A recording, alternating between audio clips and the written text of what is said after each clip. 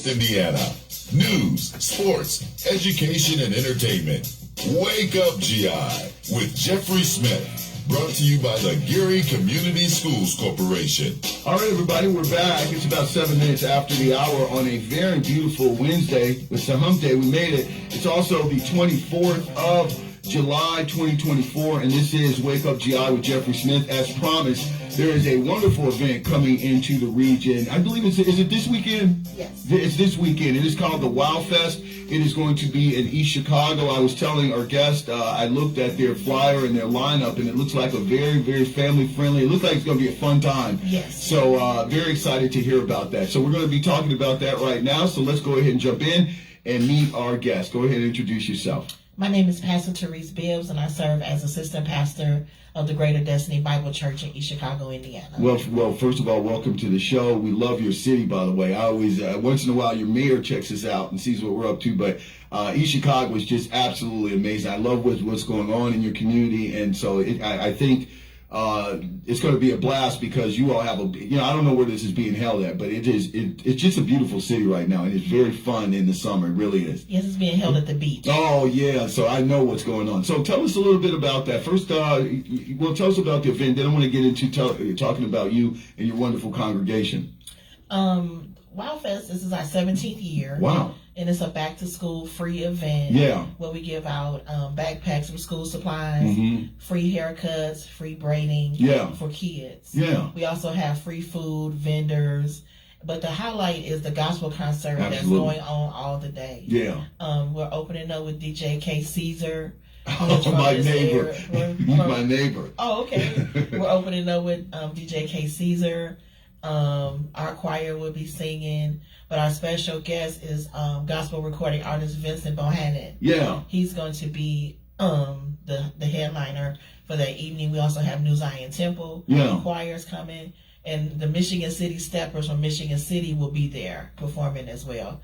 So we're looking for a great day all day long. Now, you said this is your 17th year. I mean, you're obviously too young to have been a part of that the entire time. But tell me about kind of the mission. I mean, how was this born? I mean, who kind of thought about the need for this and then kind of turned it into not only serving the community and getting kids ready for going back to school, but also kind of turning it into a celebration and fellowship? Apostle Kelly B. Williams is the founder of the WOW Foundation. Yeah. And he saw a need to help the children in East Chicago and surrounding communities. Yeah. It started off very small. I can imagine. But now, after 17 years, it's huge. Right. It's affecting in the entire Northwest Indiana. We have different businesses, different politicians, different organizations that fund the fest. Right. And so is this kind of, obviously to put on this every year and to, make sure you're serving the needs, I'm sure you do have a bunch of supporters, and this is kind of a year-round thing, and you have partners that come in and kind of donate and things of that nature, correct? Correct. Yeah. So how do people, before we get into the lineup again, how do people get involved in this? Because, people say, you know what, I want to help out. I want to be a part of this, possibly even become a vendor. How do they get down? They can go to our Facebook page, Greater Destiny Bible Church, or the Wow Fest page, and inbox us, and we'll gladly accept any assistance that we can get. Yeah. Now, is this the WOW Foundation's fundraiser or one of your only things? Or obviously, you're an established organization. What are some of the other things that you do? Basically, this is our thing.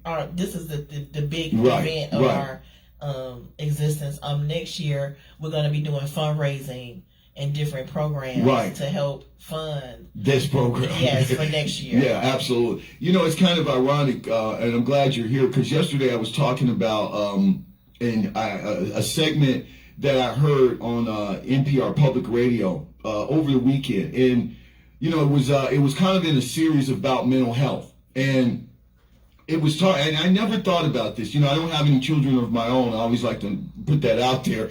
But I was a kid, and I guess I never really got into how the sausage was made.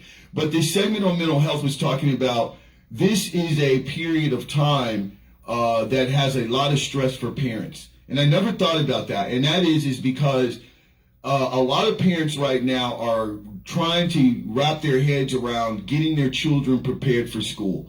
You you and I probably can go back. You know what back to school meant as a kid. If you were lucky, you might get you a new pair of shoes or maybe a couple of new outfits to kind of accent what you had last year.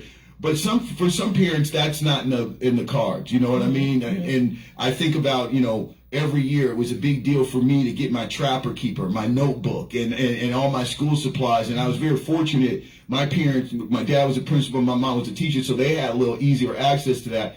But for some parents, that's also something that is a little bit of a strain. When you're over here trying to make sure the mortgage is paid or the rent is paid, the utilities, as well as making sure your children are healthy. When you think about these ancillary things and you want your kid to have everything, it can really stress you out. And so, I appreciate organizations like yourself that have come in and recognized that. Because as I said, a lot of times I don't think we think about just what that goes into. Because obviously we're focusing on the kid. Right. And parents don't wear that on their sleeves. It's just the quiet struggle that a lot of them go through. But that's why I appreciated this segment that I heard over the weekend. And I was like, wow, man, there's some parents, they had some little stories in there. I'm like, there's some parents that are really kind of going through it because of this time of year. Yeah. Yeah, it can be really stressful. Growing up in the 70s, there were a lot more options for us growing up. Yeah. We would get our gym outfit was donated from a store called AP Davis back in the day. Yeah. And things are different. Ever since COVID hit, it caused a rift in people's funding. Right. And a haircut now for a boy starts off at $25 or $30. Easy. $30. Easy. To braid. And we don't even want to get in the braids. Right. It starts off at $100 on up. Yeah. So for us to offer for barbers and braiders to come out and give their time for free, right, it's a blessing. It's a blessing. It's a blessing. Yeah, and then to get some good music and fellowship out there as well, I think it just kind of lifts everybody's spirits. Yes, it does. And so, I just think it's a wonderful, wonderful event. So once again, this is WowFest. Give us the logistics. When is this taking place? WowFest 2024. It will be this Sunday at 2 p.m. at Jersey, I can never pronounce it, Jersey Park Beach, 3301 Aldous Street in the beautiful city of East Chicago, Indiana. Now tell us a little bit about you and your organization. As I said, once again, your pastor...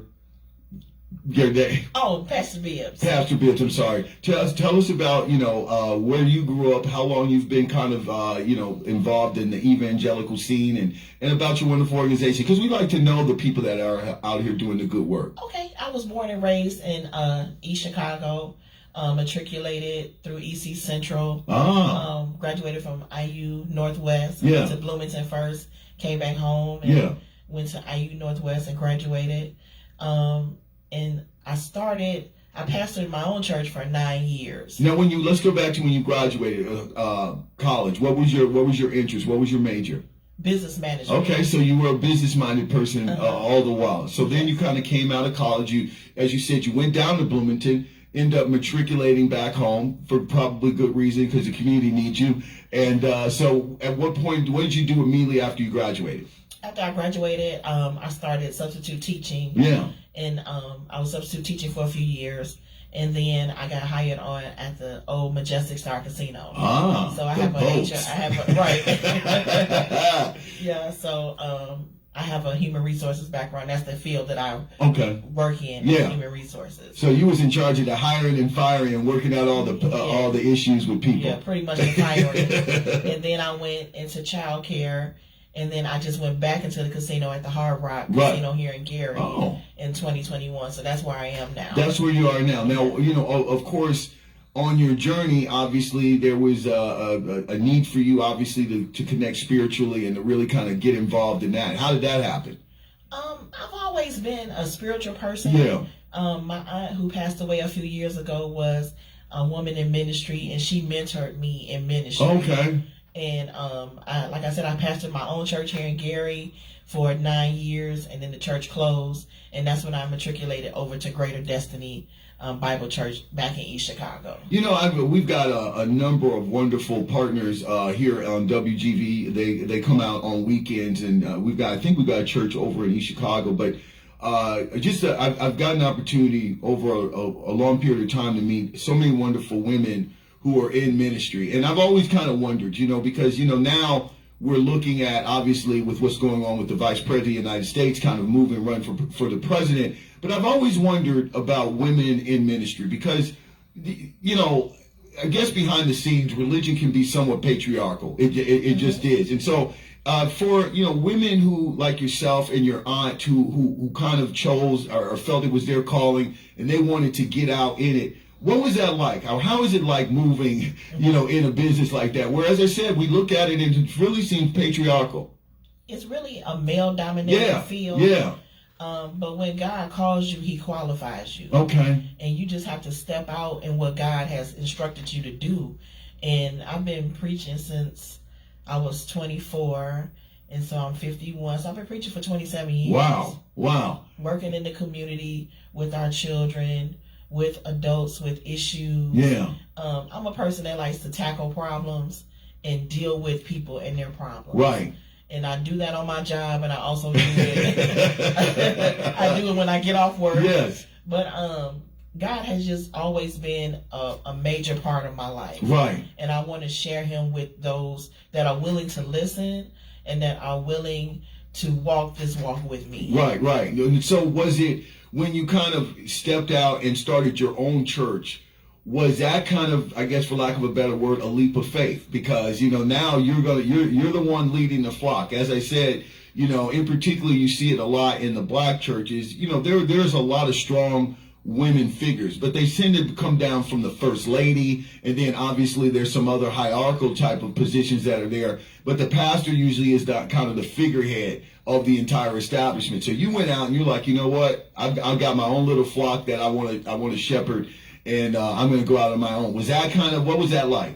Well, the church that I pastored for 9 years was already established. Okay. It was an AME church. Oh, I was baptized AME. Okay. Yeah. And so several of the bishops that came through the last maybe 10 years, 4 of them were women. Oh. So one of the bishops, Bishop Ian Henning Byfield, was one of my early mentors. Yeah. She talked to me, she counseled with me, and she helped me to be the woman that I am today. Yeah. So you pretty much had the road laid out, and you had some very positive role models. Yes. To kind of, and so that's always a good thing. And so you actually had an opportunity to see it. Yes. Yeah. So that kind of helped out a lot, I would assume. Yes, it did. Absolutely. We're talking with Pastor. Oh, I'm sorry. Bibbs. I thought it was Bibbs. Talking with Pastor Bibbs. She is here promoting a wonderful event that's going to take place in East Chicago, right along the beach, Jorge Park or Jorge Park. Jahersey Park. I'm sorry, I'm butchering the name. Over in beautiful East Chicago this Sunday. What time does it start? 2 p.m. 2 p.m. It's family friendly, back to school giveaways. Yes. Free food, great music. Once again, tell us about that lineup. We have Vincent Bohannon, New Zion Temple, Greater Destiny's Choir, and the Michigan City Steppers, and DJ K. Caesar. Yeah. And so, as I said before, we definitely want you to get some partners coming in as well, because, listen, when you put top quality talent like that out on the stage, some people might donate. I'm not in your business, but some people might donate. Some people sometimes just have fees. Because this is what they do for a living. Mm-hmm. And so there are expenses involved in order to put this together. So you all need some partners and need some help, of course, to make this, it is an annual event. This is the 17th year. Yes. Yeah. And so, as you said, free haircuts, free braiding, free food, which is always... and we also have nonprofit vendors that will be there talking about health insurance, COVID-19. We have retail vendors that will be selling items. Yeah. And we also have food vendors that will be... food trucks and stuff? Yes. Yeah. And so is there still time for people who might be interested, who didn't necessarily know about this, who would love to be a vendor and partner with you? Is there still time? Yes. Give us a phone number. 219-369-5984. And is there a website that you can go to as well to find more information? No, just call me directly. Call me directly. Call you directly. Pastor Bibbs, she's going to be the one to kind of fill you in on that. First I want to just thank you and for kind of sharing your story, because I just think it's amazing. As I said, I never really, I've met so many interesting women who do feel called to, go out here and profess their faith and help others. But I've always just kind of wondered how, was it ever difficult to move? And you just kind of, answered that question and kind of pulled back the curtain for us a little bit so we can see what was going on. Also, I like the fact that you are out there at the boats keeping it honest. Yes, trying to. Once again, WildFest coming up this Sunday, starting at 2 o'clock over at the park. As I said, it's a back-to-school event. As we started off talking about, I hope the audience was listening yesterday when I was telling them about that segment that I told you about, parents being stressed out.